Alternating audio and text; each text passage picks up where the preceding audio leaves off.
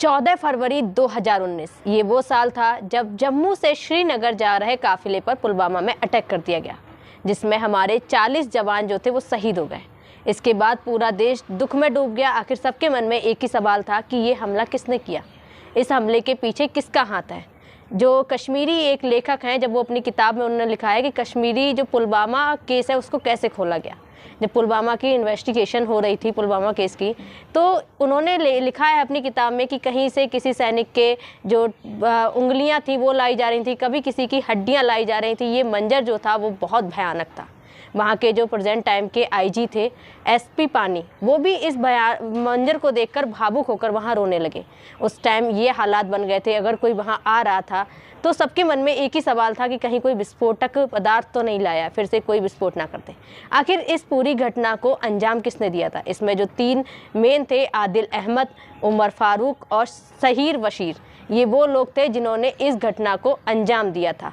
शाम के 3:30 पर जब काफिला लाड़ू मोड़ पर पहुंचा था, तो वहां पर आदिल पहले से ही अपनी जो एक कहे कि वो वैन को लेकर वहां पर इंतजार कर रहा था। जैसे ही काफिला सीआरपीएफ का काफिला लाड़ू मोड़ पर पहुंचा, वैसे ही आदिल ने जो सीआरपीएफ के 5वें नंबर की बस थी उससे अपनी जो मारुति वैन थी उसको भिड़ा दिया, जिसके बाद एक विस्फोटक वहां हमला हुआ, जिसमें हमारे देश के निर्दोष 40 जो जवान थे वो शहीद हो गए।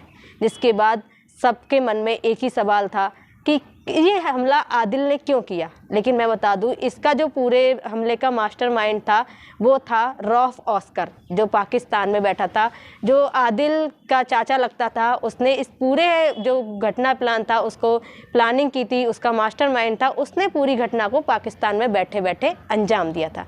ये वही साल था। आज इस घटना को पूरे 4 साल हो गए, जहाँ पूरा देश एक तरफ हमारे देश में जो पुलवामा में शहीद हुए जवान हैं उनको आज श्रद्धांजलि दे रहा है।